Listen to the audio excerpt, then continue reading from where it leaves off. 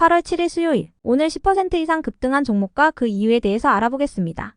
오늘 장은 오후 4시 키움증권 기준으로 코스피 지수는 1.83% 상승한 2568.41포인트로 마감했습니다. 외국인과 기관은 매도로 임한 가운데 개인은 매수로 대응했네요. 한편 코스닥 지수는 2.14% 상승한 748.54포인트로 마감했습니다. 외국인은 매도, 기관은 매수로 임한 가운데 개인은 매수로 대응했습니다. 그럼 본격적으로 오늘의 급등 종목들을 살펴볼게요.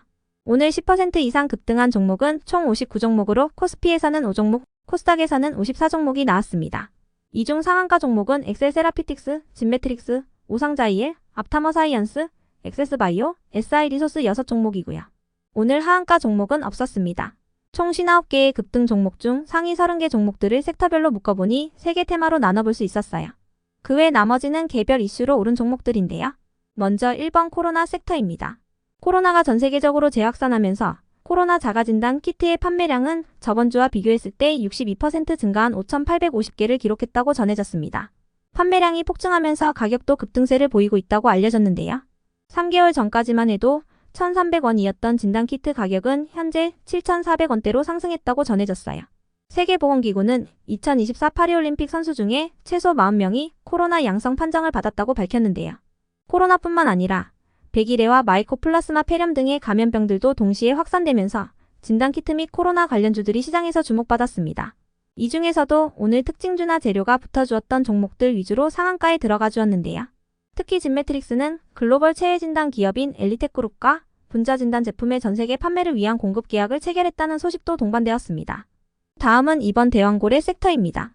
정부가 동해가스전 개발 사업인 대왕고래 프로젝트의 탐사 시추를 위한 물리검증 단계에 돌입했다고 전해졌습니다.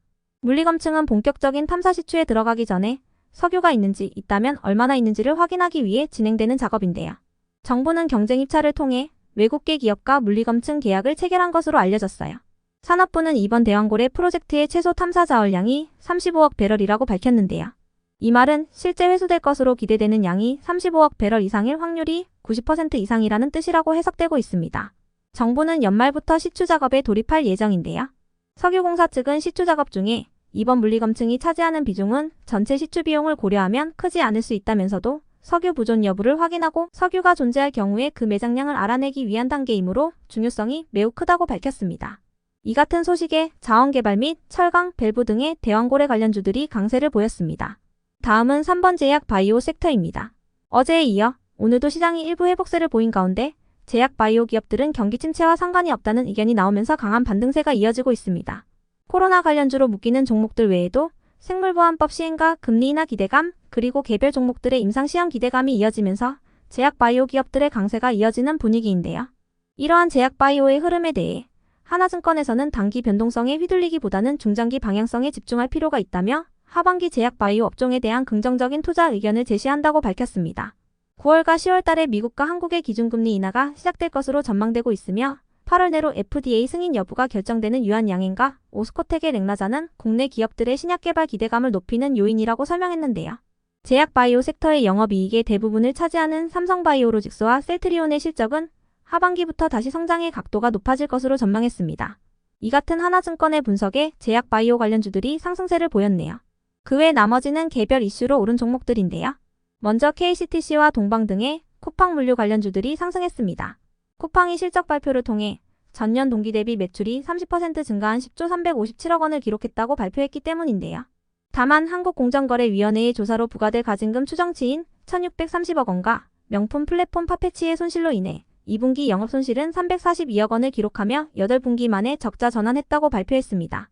이 같은 발표에도 시장은 최근 티몬과 위메프 사태로 인해 쿠팡이 반사 수혜를 입을 거라는 기대가 지속되는 모습인데요. 이러한 소식에 KCTC를 비롯한 쿠팡 물류 관련주들이 상승했습니다.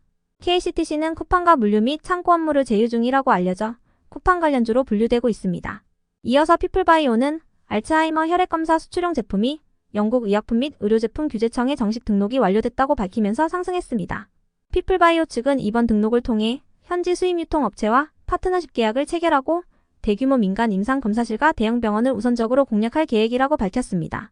다음으로 라메디텍은 최근 미국 진단 임상학회에 참가하여 레이저 체열기인 핸드레이 시리즈를 소개하고 미용기기 등의 북미 시장 진출을 위해 북미 네일아트와 미용 서비스 1위 기업인 루미가넷과 업무 협약을 체결했다는 소식이 지속 호재로 작용된 모습이었습니다. 라메디텍 측은 이번 업무 협약 체결을 통해 북미 시장 진출을 위한 교두보를 마련했다고 밝혔습니다. 이어서 나노팀은 최근 잇따라 발생하고 있는 전기차 화재 사건과 관련하여 나노팀과의 제품 연관성에 대한 문의에 대해 답변했다고 전해졌는데요. 나노팀의 열폭주 방지 패드는 특정 조건 하에서 셀 간의 화재 전이가 차단되는 MP를 달성하고 있어 전기차 화재 문제 해결에 보다 근본적으로 접근이 가능하다고 설명했습니다. 나노팀의 제품이 상용화될 경우 전기차의 안전성이 한층 강화될 수 있을 것으로 보고 있다고 설명했는데요. 현재 울산에 건축 중인 열폭주 방지 패드 전용 공장은 올해 완공 예정이며 내년부터 가동하여 매출이 발생할 예정이라고 밝혔습니다. 이 같은 답변에 나노팀이 강세를 보였다고 알려졌습니다. 다음으로 워트를 비롯한 반도체 관련주들이 상승했습니다.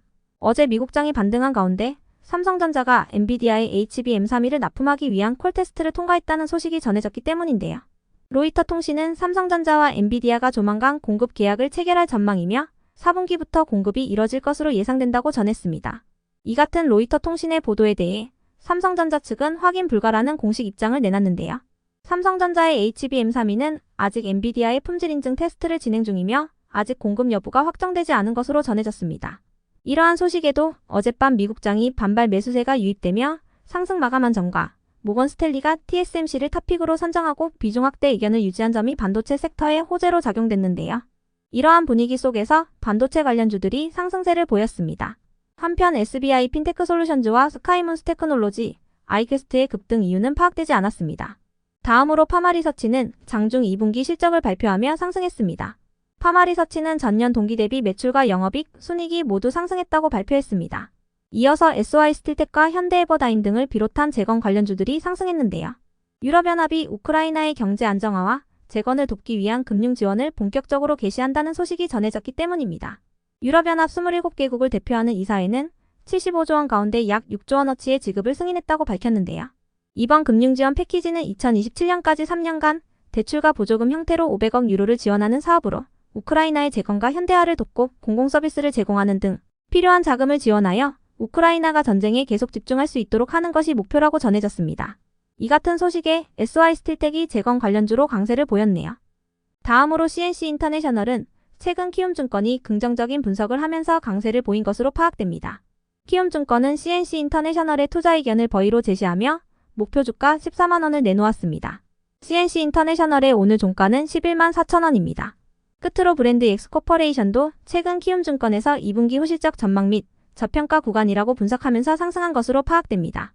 키움증권은 브랜드 X코퍼레이션에 대해 중국 최대 스포츠 유통업체인 YY스포츠를 통해 중국 매장 출전 본격화가 기대되며 해외 시장 성과가 기대되는데도 최근 주가가 과도하게 하락했다고 분석했는데요. 이 같은 분석에 브랜드 X코퍼레이션이 강한 회복세를 보여주었네요. 그럼 오늘의 거래량과 거래대금 상위 종목들을 시장별로 살펴보고 마칠게요.